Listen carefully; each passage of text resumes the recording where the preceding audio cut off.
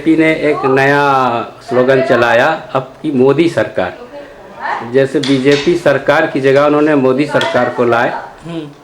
हो सकता है इसके पीछे ये हो कि बीजेपी को एक सांप्रदायिकता के नाम से एक सामने प्रचार हो गया, लोगों के अंदर भावनाओं में ठेस पहुंचती है।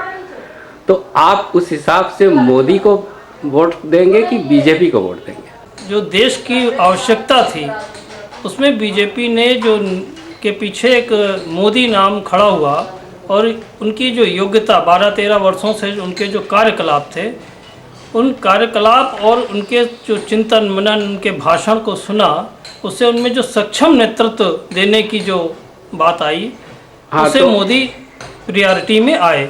मतलब आप मोदी को वोट देंगे कि बीजेपी को वोट देंगे? हम दोनों को वोट देंगे। लेकिन एक बात बताइए, जैसे आपने कहा मोदी जी बहुत अच्छे हैं, चलिए हम मानते हैं मोदी जी वास्तव में बहुत अच्छे हैं, लेकिन मोदी जी अकेले तो देश को चलाएंगे नहीं।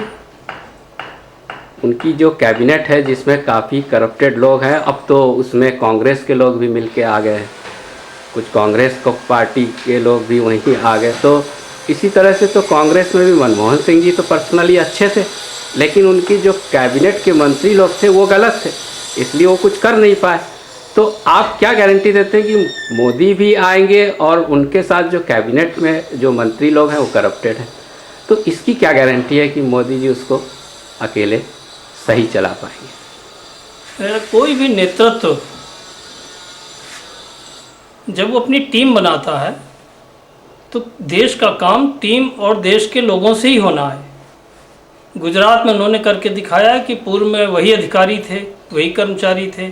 अटल जी ने देश को चलाया, उन्होंने जो दिशा दी, जो सड़कों का एक सोच उन्होंने दिखाई, आज पूरे देश में आवागमन बढ़ा, गाड़ियाँ बढ़ी, देश की उन्नति बढ़ी, रोजगार बढ़ा। तो ये जो नीति बनाने की और उस पर अमल करने वाले लोगों की जो एक टीम होती है, वो देश में अच्छे लोगों को दिशा देती है और अच्छे लोगों को उत्साहित करती है।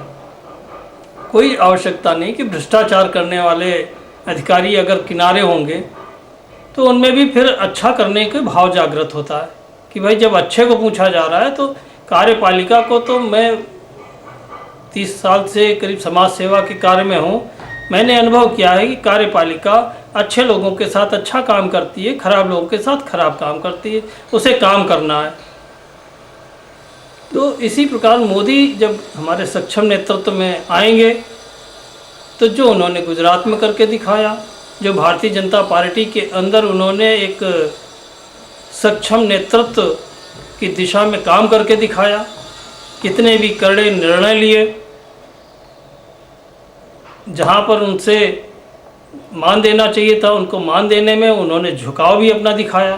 तो उन्होंने ये नहीं दिखाया। मोदी जी का एक डिक्टेटरशिप भी दिख रहा है कि उन्होंने जैसे आडवाणी जी जैसे वरिष्ठ लोगों को उन्होंने पीछे किया, फिर उन्होंने कुछ जगह अपने हिसाब से वो जहाँ से वो बराबर जीतते आए हैं उनको दूसरी शहरों में भेज दिया।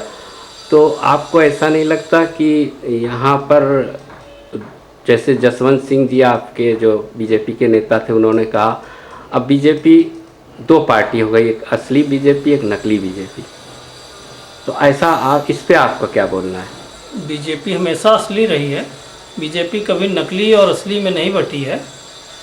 जो नेतृत्व सक्षम नेतृत्व उन्होंने करके दिखाया। नहीं, आपको ऐसा नहीं लगता कि जो है वरिष्ठ लोगों का इन्होंने पीछे कर दिया, जिन्होंने अटल बिहारी वाजपेयी के साथ रहे उनका आज सम्मान नहीं हो रहा? नहीं, आडवाणी जी की जहाँ भी मान में कमी हुई तो वो स्वयं गए, आडवाणी जी के पास गए, उनसे अपनी बात की, आडवाणी जी ने उनकी बात को समझा, पार्टी के नेतृत्व ने जो निर्णय लिया आडवाणी जी का मान रखते हुए लिया।